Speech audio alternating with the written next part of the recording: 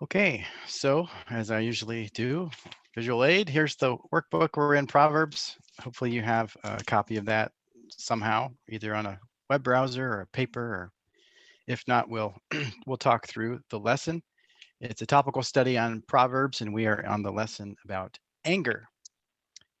And we're in midway through the lesson, and it's Roman numeral 2, and I think it's on page 10, and it's about handling anger properly. We just kind of started into that section and then just only got through the first point and ran out of time last week. So maybe we'll just jump in there as a little bit of review and pick up.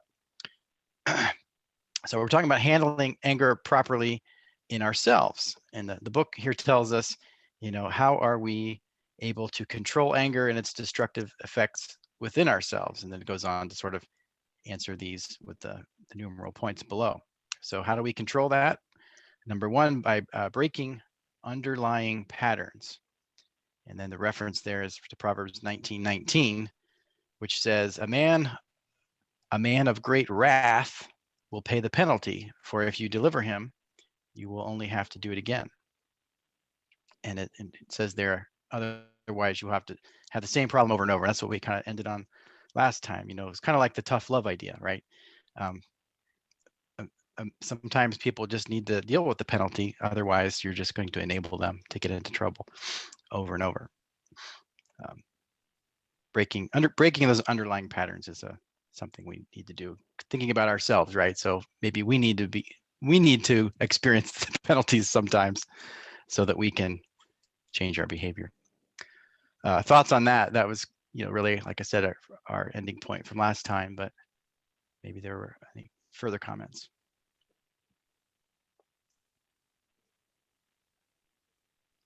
Okay, getting into the new stuff here, number 2, we've got guarding our mouths, right? Oh, we had a dog, okay. Guarding our mouths. So how do we handle anger properly in ourselves? We need to guard our mouths. What we say and how we say it pose the greatest problems with our anger. And to look at those verses that are referenced there, Proverbs 17, 27, 28 says, whoever restrains his words has knowledge, and he who has a cool spirit is a man of understanding. Even a fool who keeps silent is considered wise. When he closes his lips, he is deemed intelligent. It kind of reminds me of the saying we have, even a clock that is broken is right twice a day, right? If you just don't make a big scene, people will think you know something, maybe even if you don't. Proverbs 21:23, whoever keeps his mouth and his tongue keeps himself out of trouble. Thoughts on these verses or this idea of guarding your mouth to control your anger, my anger? I was just going to say, I believe it should include social media. I think Leanne brought that up one week. And I see a lot of very angry, bitter sounding Christians, and they're good Christians, they're good, strong Christians. But I hear this anger and bitterness coming out in their social media posts. And I think of all the non Christians that are reading that, and I think we have to be especially cautious in what we write down, because by writing it down, we make it even more permanent. It's bad enough when it comes out of our mouths and we can't take it back. But I think it's worse when we write it down and everybody can pass it around. And did you see what so and so wrote? And all. So I just think that advice goes for social media twice as much. So we can extend the idea of our mouth to what we write, right? For sure. For sure. Matt, going even a little further, I've seen relationships go through hard times because of an email sent or a text. And when you take time to write things, take time to read it. Because, and when you read something, realize that maybe you don't know what they really meant, and you should ask them, because sometimes what you read, you're reading more into it than what it really is. And that, so I think on both ends, whether we're sending something or receiving it, we should be cautious before we jump to conclusions on it, because sometimes what's written sounds different than what the person meant. And that, so it's better to clarify before you get upset and start shooting things back at them and everything. That can just really lead to a horrible, vicious circle that's just very sad. And I've seen people that were leaders in the church get offended over an email and share it with everybody without finding out from that person what they really meant. And that just seems sad to me, because then all these people have a misconception over what was really going on. So definitely it's not easy to read inflection into a text or an email or even a letter for that matter. And that, not that we send anything through the post office often anymore, but the whole thing about that. So I don't know. I'd rather be wrong for thinking the best of someone than being wrong for thinking the worst of them. And I've been accused of being Pollyanna, and I'm okay with that because I like Pollyanna. So, but that's just one of those things, with this too. I always thought that was very sad. So there's a lot of things I feel like I want to share from 1 Corinthians 13 to bounce off of what you've just said, but I'll share one verse. 1 Corinthians 13, verse 7, love bears all things, like as in endures all things, right? It believes all things, it hopes all things, and it endures all things. Are we hoping all things when we see that message and think the worst? How about think the best, right? Let's hope for the best. We have to be realistic as well. But if we're gonna have to put a spin on something, and we have to, right? We can't read minds, but we see something, we need to love each other and hope all things and think the best, for sure. Matt, Yes. I used to teach mostly written communication classes. I teach for a community college down here, and now I teach spoken communication primarily. And one of the things that I teach my students, and this is research proven, the other thing is it's not just our words, as Dee was talking about inflection and all that, but our body language, our tone of voice, everything about it. Maybe we don't say much at all, but our body language tells the story. And one of the things that I teach them is that our nonverbals can complement or contradict a message. If they contradict it, the nonverbal language is actually stronger. Everybody sees through it. So even if you think you have tried to master the mouth, which is hard enough in and of itself, but even if you manage to stay silent, you still may be behaving improperly and inappropriately, and people will see that in your body language, in your nonverbals, and all those kinds of things. Or even if you do try to say the right thing, but you are struggling to say it, and that's great. We all go through that, where we just kind of try really hard to say the right thing and say it nicely, when inside maybe we're still a little bitter or resentful or angry or whatever it is.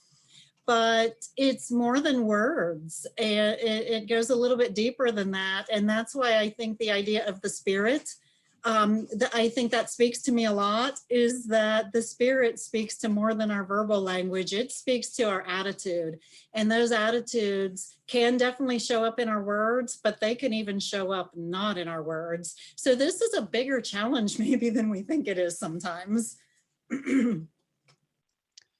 And just to make a point, so I'm prefacing what I'm about to say. Yeah, that's right, Karen. Thank you for your comment. Obviously, I don't mean it that way, but those words I said were nice, but the way I said it and the facial expressions were not. And of course, I do appreciate your comments sincerely, but obviously making an example there. Thanks a lot. Other thoughts on these verses here? Just thinking about this question, and it's that part there where it says guarding our mouths. and you know how we say something. And I remember years ago in talking with another individual, we were talking about a religious body, and he said something about uh, this religious group that I thought was contradicting what I said. And for the next 10 or 15 minutes, I never heard a word that he said, because in the way that he presented it, I took it, received it in the wrong manner. And so I think it's very important that we think about how we're saying something if we can. But if we're angry, sometimes we don't think about how or what.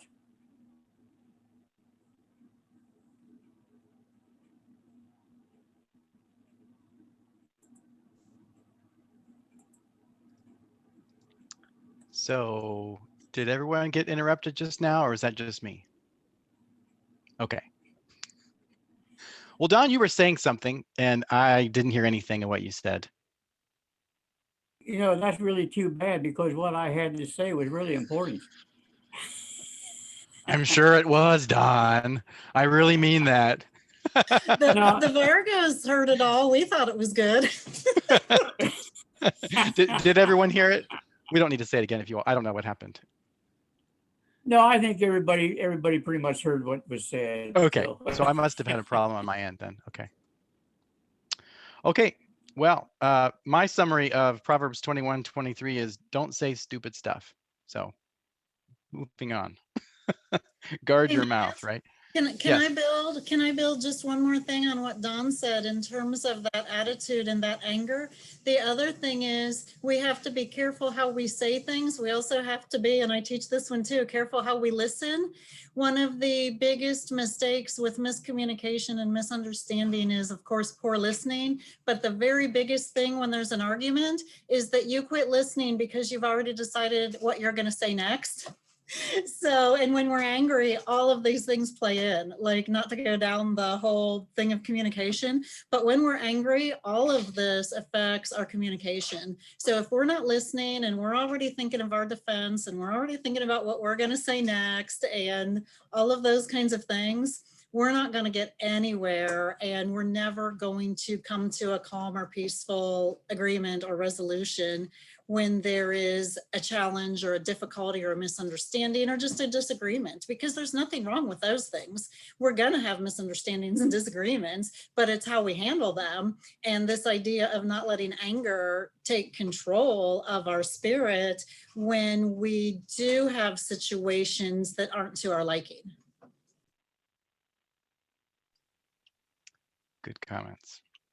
Anything else on point 2 there?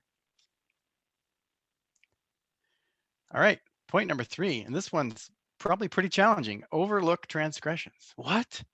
Don't I need to hold everything to account? Well, okay. How do we control anger in ourselves? Overlooking transgressions is one of those. So the reference is there, Proverbs 19:11 says, good sense makes one slow to anger, and it is his glory to overlook an offense. Ecclesiastes 7:20-22. Surely there is not a righteous man on earth who does good and never sins.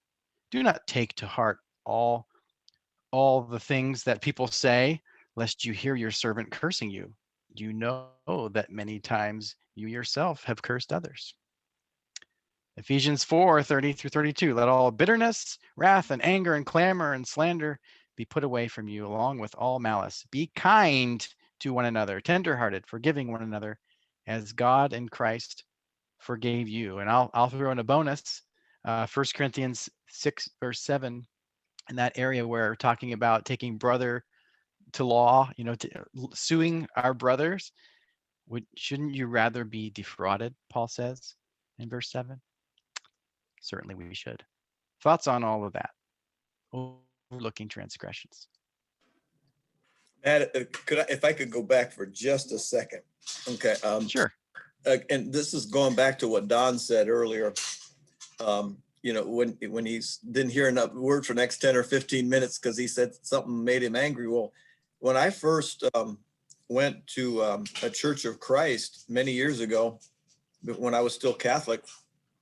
I remember something the preacher said, which was inaccurate about the Catholic Church, and it really ticked me off. And I didn't hear a word he said after that whole time.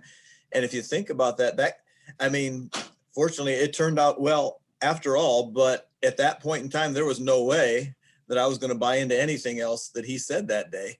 And, you know, that could very well have turned somebody away from the Lord. So, you know, even when we're speaking, you know, what we think is the truth, or even if we are speaking the truth, what we say and how we say it is very important, because we could actually scare people away with the truth, just like we could, you know, telling a lie. I mean, it's you know, like and I think of, on the other side of that, I think of times when I've told someone the truth, but I didn't speak the truth in love. I just spoke the truth and let them have it. And that didn't work out very well in the long run a lot of times, or even the short run for that matter. So it's that's a very tricky situation. And, you know, we would hate, any of us, I know, to say something that might scare someone away from the church. These Bibles can be pretty heavy if we thump someone with them, right? That's not what we ought to do. Speak the truth in love. But yeah, do we really love the truth if we're not being accurate in how we, you know, portray, if we're talking about, you know, another group? Does it matter if we talk about them accurately? It should, if we value truth, right? So that matters in politics, whatever it is, we should be truthful. Matt? Yeah. Reminds me of the saying, wise as serpents and gentle as doves. Boy, Don must have had a really good comment to get all these bouncing back off of Don here. I'll have to go back and check the recording. Well, Matt, No, I was just thinking along the lines of some of that been said here. I was thinking about years ago, a very good friend of mine, he, and I've told this to other folks, but he worked in the oil fields, and that group was rough and tough, but he knew his Bible. And he talked about going to battle with the Word of God. He came away from the battle bloody, but he never won the battle. And that's what was happening. He was turning people off with the attitude that he had in the way that he was saying things. They didn't want to hear him anymore and wouldn't listen to him anymore. That was it. And he shed tears later in life because he said, Don, you know, he says, I lost them. I lost them. Yeah, Darren and I have been talking a lot about how through the years, that's been a pretty common approach, and it ought not to be so. We think maybe we've loved the truth more than we've loved the speaking in love part. And obviously we need to speak the truth in love. That's a whole thing, not just one. Did you want to say anything about that, Darren? We've talked a lot about that. You don't necessarily have to. Okay. So I jumped on to number 3 there for a while. I guess the floor is open for number 2 or number 3. I was going to pile off of that. I think there is a time for coming on hard. I think of Jesus in Matthew 23, is it, where you hypocrites. But I believe he knew that that was the last time he was going to have this audience. He had tried and tried and tried to teach these people, and he was giving it one last shot, you know. He was taking the 2x4 and trying to get their attention. You know, so there may be a time, but it's not early in our relationship with someone. It's not early in our discussions.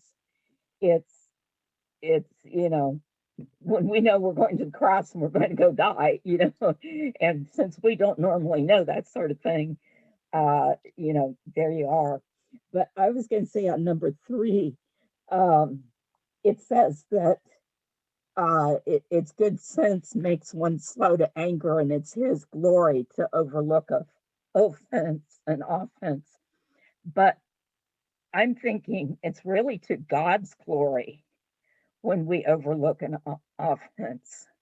So we should work on that more because we need to be glorifying God. People will see Christ living in us by how we love one another, right? Not by what facts we know or whatever. So definitely patience and Matt, kindness. I was studying through Hebrews once and came across the verse where God remembers our sins no more. And I thought, what a wonderful thing that he has not, when I've repented, I've been truly forgiven. He doesn't even remember what I did anymore. And I thought, of all the times for us to act like God or to be godlike, it would be wonderful if we could do that. Could we remember someone's sins no more? Or do we hold them so close to us and do instant replay all the time and keep playing back things that were said to us years ago instead of letting go of it and remembering that sin no more? So I decided I was going to try to do that more in my life. I was going to try to, when someone said something that hurt me, I was going to not record it in my brain so I could keep replaying it and have it bring up and have it rob me of peace and joy in my life. And that I was going to let it go and let forgiveness take its place and remember it no more. And there are many times people have come up to me and said they were sorry about something they had said or done. And I couldn't even remember what it was. I thought, well, yeah, I think they did kind of say something, but I'm not really sure what they said in that. So I was like, wow, oh, I'm so excited. I could remember their sins no more. I'm not playing instant replay in my brain. I'm not bringing up things that happened 30, 40 years ago, last week, whenever, that I have to constantly keep talking about. I have to constantly keep replaying it, especially if they've already asked for forgiveness. Why am I holding on to it? Why am I replaying that in my mind? That's not good for me. It's not good for them. It makes them look bad if I'm talking to other people about that. Is that right for me to do that? So in the end, that's my goal. And maybe I'm challenging everybody out there. Is it possible for you to remember someone's sins no more? Can you forgive them so much you can't even remember what they did or what they said? And it's a wonderful release to be able to let go of it and not hold it close to you that you're feeling upset about it or you're reliving it from time to time. So overlooking sin is healthy for you. It's healthy for you to forgive people and let it go. Forgive them. Don't remember it anymore. Don't be carrying it around with you. Don't be replaying it at the dark of night when you're laying down to go to sleep. And that don't let it have power over you. That passage that we have here referred to in Ecclesiastes kind of builds off of that idea too, that if you hear someone saying something bad about you, well, it's natural to be offended at that, but you have to think, well, I've said stupid things too. And, they're just saying stupid things like I had before. Big deal. That's more their problem than my problem. It's hard to say that, but, maybe if you're a supervisor or a leader in some role, people are going to talk about you. Are you going to freak out at every little thing? You gotta not. Chris, did you have a comment? I'm just bad at that. But a few years ago, I had a special ed unit, and we did a lot of cooking. And myself and all the aides, I was kind of supervisor over the aides, and we were all, talking about our cooking program. And the principal had come down with some new stipulation that we thought was kind of stupid, and I said something to that effect, and he walks in right then. The principal walks in right then, and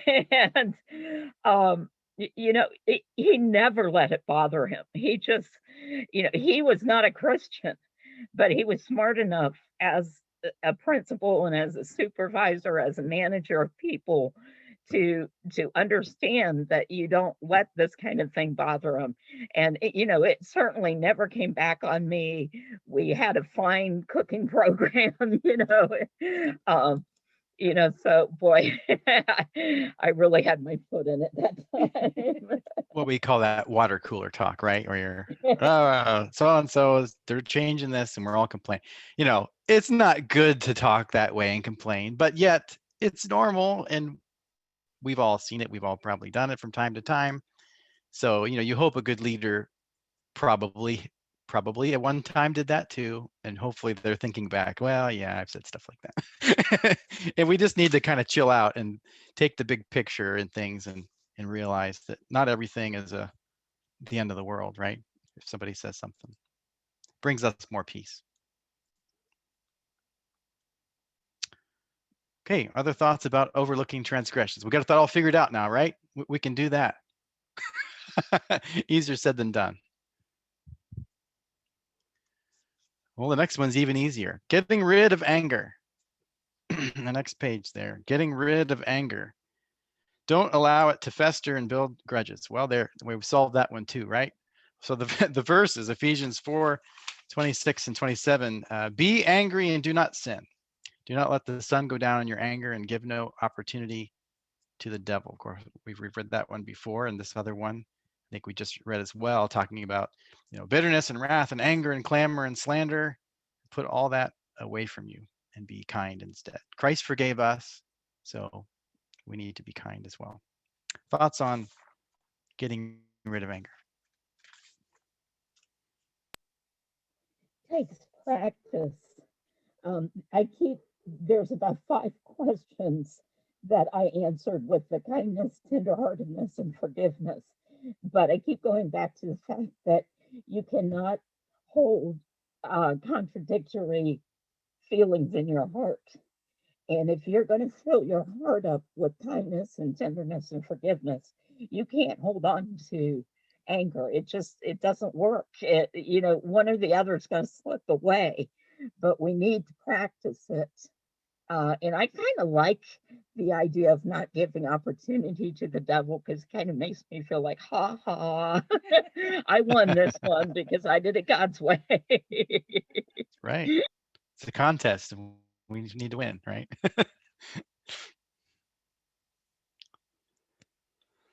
Matt, there's a corresponding passage from Ephesians back in Colossians 3 that talks about putting off the old man and putting on the new, and how the old man was a man of anger. He's a man that acted upon that, and it led to sin. It led to all sorts of stuff. And then it tells them to put different things on. It's just like taking off clothes and putting on new clothes, and that with the old man and the new man. But I used to do an object lessons for kids to explain that, and that, because it ends with something pretty amazing in verse 14 and 15 of Colossians 3. We used to take a piece of paper, and I would have the kids write on one side of the paper themselves, and then someone they love on the other side.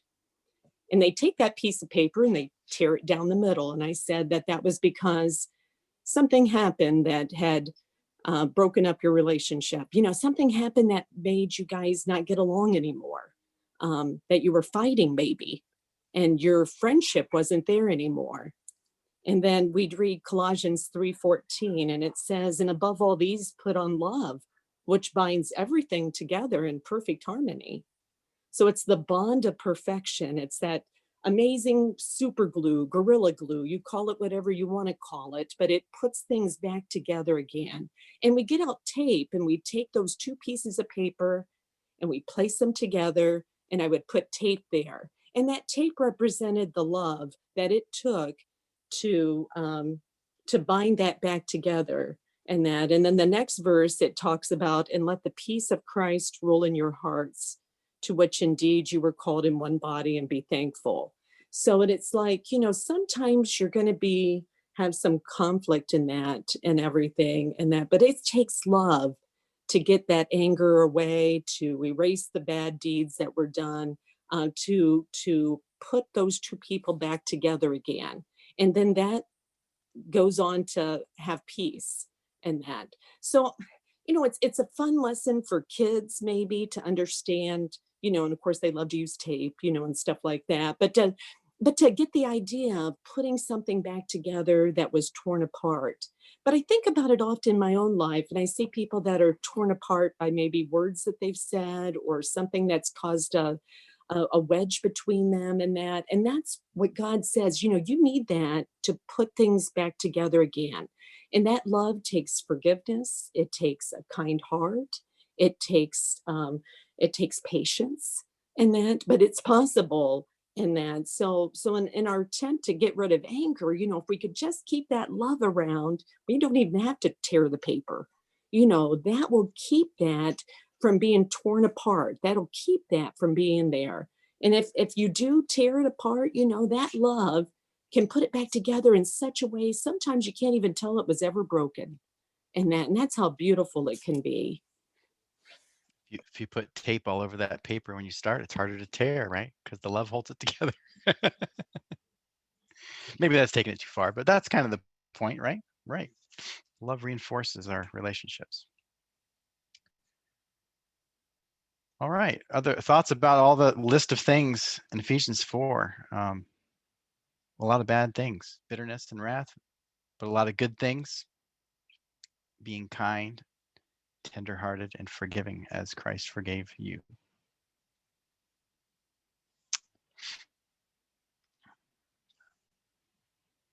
All right. The next one is to redirect our anger to the problem, not the people. Or hate the sin, love the sinner kind of thing, right? The reference is given to Ephesians 4:29. Let no corrupting talk come out of your mouth, but only such as is good for building up, as fits the occasion, that it may give grace to those who hear. Hey, Darren, there's a grace one for your lesson. Is that what already in your lesson? Darren's working on a lesson on grace, so. It probably will be before it's over. Okay. So redirecting our anger to the problem and not the people. Thoughts on this? I have to be honest here. I didn't think that that's what that verse was saying. I thought the verse was more like, we better be biting our tongues so that we could do three things. We could thwart Satan, we could honor God, and we could help the other person experience grace in action. But I didn't really see anything in that verse that said, address the problem.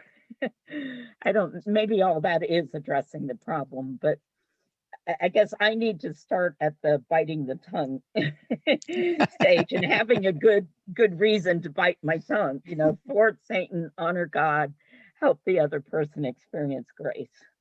Seem like good reasons. Yeah, it's more about being kind to the people and not yelling at them, cursing them or whatever, right? Matt, I was thinking about giving grace to others is being gracious yourself. And the whole idea of being gracious is maybe you were wronged, but you're handling it gracefully. You're not being mean back, and that maybe you even help that person somehow instead of retaliating, and that so you've shown them another side of God by being gracious to them, being willing to forgive their sin before they've even asked sometimes. And that, so being gracious is we can give grace as much as we receive grace from God. And I think what a wonderful attribute for people to see God in our lives by the fact that we can be gracious at times when we should be. Good thoughts. Well, this section has all been about how we handle anger in ourselves.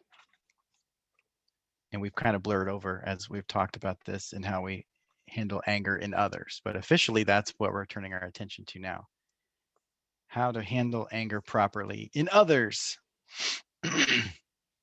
So it says there, how are we able to control anger and its destructive effects within others? I kind of had an issue with that question. I don't know that we can truly control anger in others. Maybe we can respond to it or manage it or influence it for good. But maybe I'm overly picky on that. But that was what came to mind there. But the reference is Proverbs 29:8. It says, "Scoffers set a city aflame, but the wise turn away wrath." So the anger of others, hopefully the others are the scoffers and not us, right? Those others are setting the city aflame, but hopefully we're the wise and we're turning away wrath. We may not be able to control others' anger, but I think that's what this verse is talking about. We can poke the bear. You know, you can provoke somebody and make a bad situation worse, which would just send this thing ablaze, as this verse is talking about. It just set the whole city on fire because of that. But yet we're charged to not poke the bear. In other words, deflect, de-escalate the situation rather than making it worse. I think that's what he's talking about. Yep, de-escalate is a good good way to describe that. Okay. You know, Dee? Matt, I come from a large family, and I remember my parents saying that, we're all real close. There were 6 kids within 10 years, 1 bathroom, small house. It's just, but I remember them telling us, like, we know each other really well, and we can help each other, or we could hurt each other, and we would know what buttons we could push, and that. And like he's talking about poking the bear. I mean, people know what buttons to push sometimes. You get to know someone really well, and whether you're aware of it or not, you're pushing their button, and you knew that would make them upset. And so but you did it anyway because you were mad at them. So you're like, well, I'll push that button there. You take that, or something. And I remember my dad explaining to us, how you can live in peace, or you could live in torment. You could live in conflict, in that by choosing what you do and say. And because we were intimate, we knew each other really well, we could make or break that person. And I look at that even now, even as adults, people know what buttons they can push on someone. They know this is going to make them mad. I'm going to push that button, and it's like, don't do it. Why? Why are you doing it? So they can be mad at everybody, and that, but this is the whole, the point of this, you could make that person, or you can break them, all in how you choose to talk to them. And that you can make the situation worse, or you can make it so much better. And that, so it's just taking control of ourselves to figure out, what are we going to do with that situation? Do we want peace, or do we want conflict? And if someone comes and yells at us, there's a reflex to yell back, right? Because that's what's happening. This is a yelling time, right? So, it takes training and thought and effort to not do that and to de-escalate things, as Darren said. Which kind of gets to the first point there. So, how do we respond to others? Respond gently and not in kind. So, not in kind doesn't mean kindness. We should be kind, but don't respond the same way. If someone's yelling at you, don't do that back. Change the environment, right? You can influence that for good. The references there, very well known. Proverbs 15:1, a soft answer turns away wrath, but a harsh word stirs up anger. Very similar to the one we just read. Proverbs 15:18, a hot-tempered man stirs up strife, but he who is slow to anger quiets contention. 15:28, the heart of the righteous ponders how to answer. Do we ponder and maybe pause? Ponder how to answer, but the mouth of the wicked pours out evil things. Just blah. Okay, those are contrasts, right? Proverbs 25:15. With patience, a ruler may be persuaded, and a soft tongue will break a bone. I bet Chris wants to ask about that one. We'll let her ask about that. Actually, I love that one. It reminded me of Jesus on the cross. It reminded me of meekness, that I'm always trying to get a hold of meekness. Um, that, Jesus on the cross was absolute strength, um, absolute strength and soft words. Um, he wasn't lashing out. It was amazing. And with that meekness, he didn't just break a bone, he took down Satan. Um, He and crushed that's the something serpent's to head, right? emulate. Pardon? Yeah. He crushed the serpent's head He did. without using his foot. Right? Okay, thoughts about all those different verses that are all challenging, right? Challenging us to go against our inclinations, perhaps, and have a soft answer when someone's yelling at us. Hey, Matt. Yeah. I guess I was just thinking a lot of times I think anger stems, at least I know for myself, when I get angry, it's because I feel like I'm trying to convey something and it's not being listened to. And I think maybe if we as individuals listened better, um, we could actually stop a lot of anger before it even gets to the point where the person is angry. I know that a lot with like Christian. If he's trying to articulate something to me and I'm not listening to what he's saying, it just escalates and escalates and escalates till he reaches the point of being angry. I hear him, I hear his mouth moving, but I'm not truly listening to his concerns. And we actually had a family discussion kind of about this, that I think part of the problem with even politics and all of this is you have everybody just screaming at the top of their lungs and nobody listening. It's this desire to be right. And if everybody just kind of took a deep breath and listened, we would actually find, it gives you the opportunity to find the common ground. It gives you the opportunity then to tell that person, like, I hear what you're saying, and almost even repeat back for understanding. Like, so you're saying that you feel this way, and that kind of takes that person off guard, because then you're showing them that you did actually listen to what they had to say. And at times that does help de-escalate these situations of anger, because the person you're talking to now understands that you are listening to them. And then I think sometimes another part that will keep the anger going is sometimes when people want to talk to you, they just want to talk to you. They don't expect you to have an answer. And sometimes we just need to be quiet and let that person speak.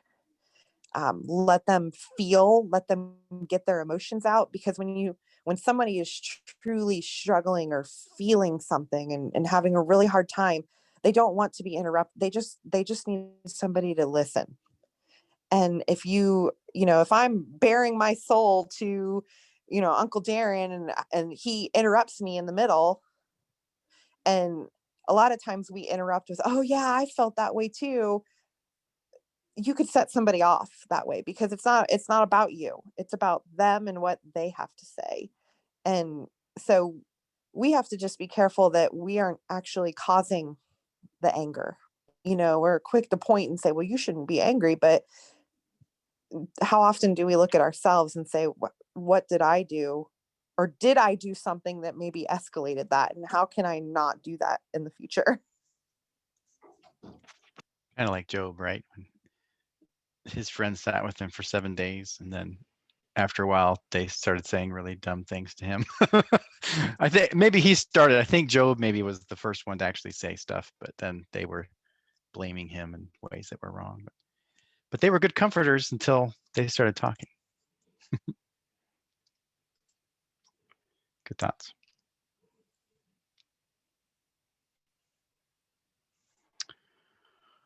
All right.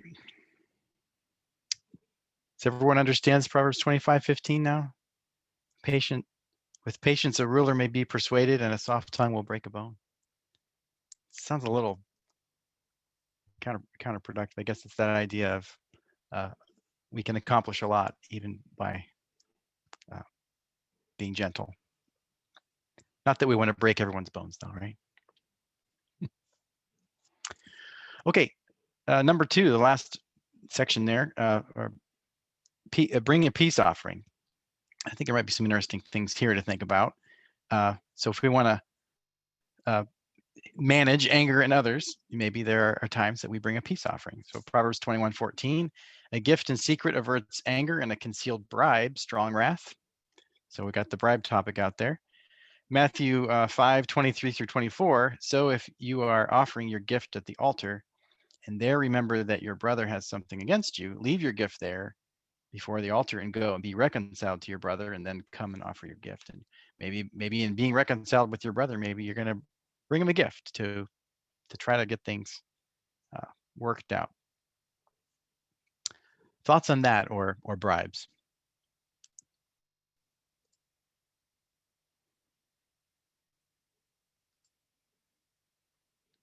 No one wants to touch bribes. So I had some thoughts about bribe. Go ahead, Dee. Oh, I was just thinking the peace offering. I mean, you see the guy bringing flowers to his wife after after they've had an argument or something, or a gift.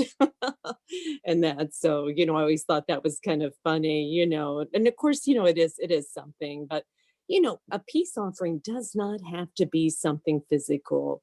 It could just be something nice, and that something that maybe that person's been wanting to do.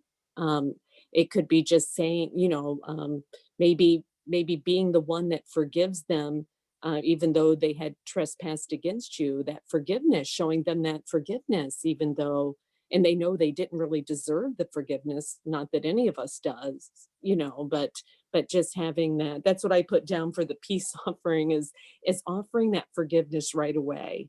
And that instead of, well, I'm mad at you because you did this to me, and you better feel sorry, and you better be, upset over it. And I'll think about it tomorrow, whether or not we're still talking to each other, but that kind of, thing is like, that kind of a punishment. I'm going to hold this over this person now. And I hope you don't sleep tonight because I'm still mad at you, kind of thing.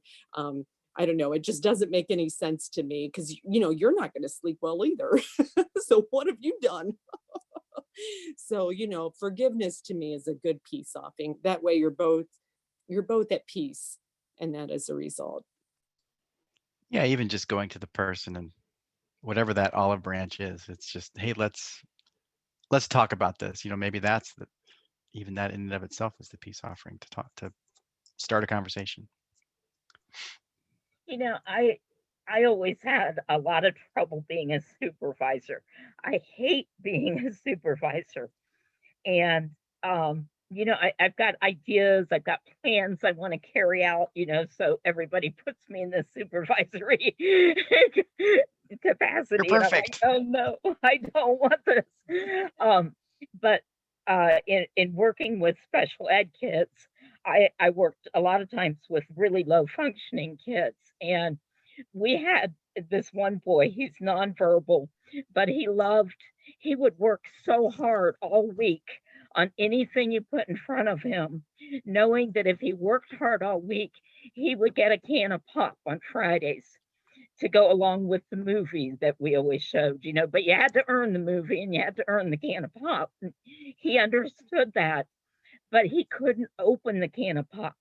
And I got together with the occupational therapist, and we felt that he had the skills to be able to learn to open it. Well, I find this whole case of Sprite in the corner of our house that had expired, but it was only Sprite, and it only expired like 6 months ago. So I didn't think it would injure the kids. The idea was to have close supervision. So I brought it in, and I told the aides, I really want him to work on 2 or 3 of these each day. He can try to open this, and make sure he doesn't drink it. It's expired, but it's mostly just flat. So, well, the next thing I know, one of the other aides comes running back over to our other room and says, "She's throwing it all away." And I said, "What?" And one of the aides, who always felt that my ideas were really dumb and couldn't be carried out, she was going head to head against me again, and she was opening all the cans herself and throwing them out, even though she knew exactly why I had brought them in for this boy to practice with. She just didn't think that was a good idea. And I'm like, who's the teacher here? and that's when I get into this mentality that it is my responsibility to make sure they understand my authority. I can't be bothered with bringing a peace offering. I need to get this aid back in line. So I hate being, please don't ever make me a supervisor. But I get so sidetracked. To me, it was really important that this little boy learned to open. He would have been delighted to have learned how to open that. It was a cool thing. But no, this aide had to show she was smarter than me, which probably wasn't even her intention. Again, like Dee says, a lot of times, we misunderstand intentions and stuff. But no, I was off to the races. Yeah, those can be challenging situations to handle. I've not been challenged that would make me pretty upset. But yeah.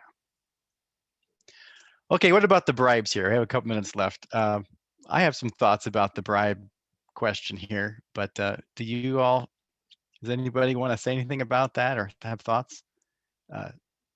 Strikes me as a bad thing, right? They're illegal and stuff, right? Dishonest. I think the idea is, back to the practical nature of the book. It's, how do we have success? How do we get through things? There's a lot of parts in the world today where you just have to pay the guards or whatever to get through customs or whatever in like South America and Africa and maybe China. It's different countries. That's just, not that I've traveled there, but I've heard that from honest people that's just how you get through some of these situations. And I guess that's kind of the impression I have here is, there's a time for every purpose under heaven, and sometimes that's what you have to do to get through. You need to be mindful of that and know your culture, and know your situation. Not that, certainly a judge should not be bribed, and we should not be bribed. We shouldn't be part of that. But we need to realize how the system works, and that's my thoughts. Am I completely off the wall? Matt, I understand what you're saying. We need to know how the world works and how different cultures handle things. When I was working at a company in North Ridgeville, they sold oil burners to Japan.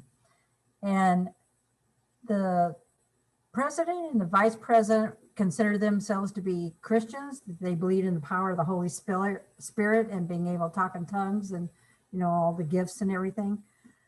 And so I was shocked when I found out that they were overcharging their burners, oil burners, so that this Japanese official that was handling, he's like our middleman, our distributor there, he was actually getting skimming money off the top, and they allowed him to do that so he could remodel his house. I had a conversation about that with them, and that was one of the points that they brought up. It's a different country, it's a different culture, and this is expected. So how do you answer that?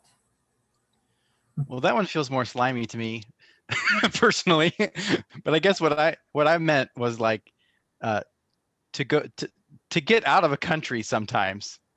From what I understand, you have to pay $10 to the guard to get through. I've heard people that they just literally, they're like stuck. They're basically stuck, and it's just a matter of $10. It's like, oh, this is just how it works. Now, you're not buying the guy, you know. I guess you could argue that it's a spectrum of the same thing, but it's just sort of a common sense. This is just how it works. It's not right. Those guys are dishonest to be doing that. But if you want to be successful in like getting out of the country, just what you have to do. That's kind of how I took it. But yeah, I mean, that what you described sounds more like a embezzlement kind of thing to me. Yeah. I didn't really understand all of that, but Matt, But- I yeah. was that word bribe also, I think we have a certain connotation of it. And I wondered like what other translations, I didn't look this up, what the original meant or other. Yeah, I looked up 3 or 4 different verses, and Uh-huh. it's a pretty common concept Okay. in Proverbs. Okay. Um, Okay. So I'm not Yeah. sure if there's something there. Right. I was wondering about like what its original meaning should have been, or if we're attaching a different significance to it.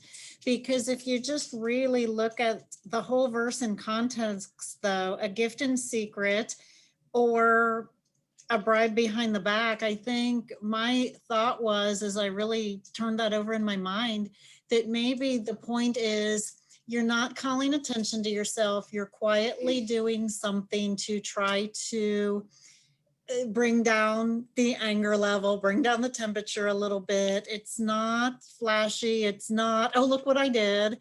You're not calling attention to yourself. You're just very quietly trying to do something kind and thoughtful and right to maybe turn the temperature down a little bit. And because that's the goal here, what we're saying is what this does is pacify anger or strong wrath.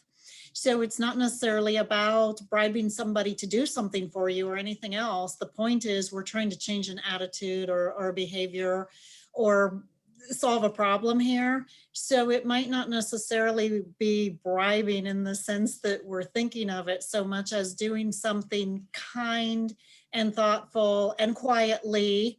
That's the thought of the bribe, maybe kind of behind the back, but just because we're not calling attention to it. We're just trying to quietly, carefully, without calling attention to ourselves, help be part of a solution here and fix the problem, turn down the temperature a little bit, maybe. Well, I did look it up, and I guess context is certainly where you get that. But one of the main definitions for this word is a payment made to someone in authority in return for favors or grace, most typically in regard to ignoring illegal activities. So now there can be some diversion to that. I guess that, again, the example I'm thinking of, you're basically trying to stay out of trouble. Not that you're necessarily that you did something wrong and you're losing, you know, you're getting out of your punishment, but just some cultures work that way. And it sounds horrible to us, but we're not in the same culture. So I have a good example that I think everyone can relate to, whether you are a parent or you were a child, of bribery. And I think that kind of goes with what Karen was saying. I think we all have been in situations, whether we were the one throwing the temper tantrum or our child was the one throwing the temper tantrum, in which we were in a situation in which it doesn't, whatever he wants, whatever Christian wants, I need the he is holding me hostage. I need the temper tantrum to stop now. So if he wants the ice cream pop in that moment, he can have the ice cream pop to de-escalate the situation. But then later I'm going to bring this up again when we're in a place where this conversation can happen. I know it happens. You see it a lot where people will in the stores, like where their kid just starts screaming and crying, and you have to do the grocery shopping. And so it is, you are bribing. At times you have to bribe to get things accomplished. And that's not excusing, I think, their behavior. It's just, I have a task that I have to get done. I don't have, I can't just leave and hope that it stops and it comes back later. But it also doesn't excuse the behavior. That will get addressed at a different, more appropriate a different and more appropriate venue than, say, in the middle of Walmart where they are having a massive meltdown. I think that probably all of us have been there that have kids at some point, that the child has a major meltdown, and you got to do whatever it takes to get this taken care of. And it doesn't excuse it. It's just, you can't be having major meltdown in the middle of, in the middle of a public place. So you do what you have to do, and then you address it later. And maybe I could see maybe a little bit of that with this is, you may do what you have to do in the moment, and then you can find then address the situation. So you're going to try to de-escalate this situation to get that person back on a solid footing where you can actually have a rational conversation. And maybe that's, this bribe. It's just like, please, I'm just begging you, please come down to a level that we can have a discussion, and maybe this will help you get there. And then we'll talk about it. Yeah, you kind of pick your battles, kind of a thing. And I mean, Darren brought our lesson about, do not bear false witness, and that's quite specifically, primarily in a law court. Bribing a judge and mishandling justice. I mean, those are abominations. But sometimes, in certain cultures, you just have to pay $10 to move on to the next thing, so you can live your life, and that's life sometimes, and it's terrible, but it's practical. And I don't like it, but I think that's what it means. Matt? Yeah. In reading the New American Standard Version, it says a gift in secret subdues anger, and a bribe in the bosom, strong wrath. Well, if I'm a righteous person and someone tries to bribe me, that's going to bring on some strong wrath. And that verse was a little puzzling. Is it saying a gift in secret averts anger, and there's like a verb missing or something, and a concealed bribe brings on strong wrath, or it averts, back to the verb that exists in there. Is it, I think it's averting. Mm-hmm. I think that's how I took it. Mm-hmm. I like what the ESV Study Bible says. A bribe achieves its temporary end of avoiding punishment at the expense of true justice. In the broader context, it is clear that though the bribe may appease the immediate situation, no one can evade justice forever, which is kind of what Amanda was saying. She needs to just get through the situation. But she's going to teach the rightness and wrongness and the justice as a follow-up when the time is better. So we could probably talk about bribes all night, and we're already past time. So we're at the border of our discussion question. So why don't we leave that as a bonus question if you want to do some more study and correct me on the bribe thing, because I'm very uncomfortable with what I've said, but that's how I understand it so far. And then we'll get into discussion questions as well. So thanks for all your comments. I think if Marty is around, let's see. Are you able to get on, Marty?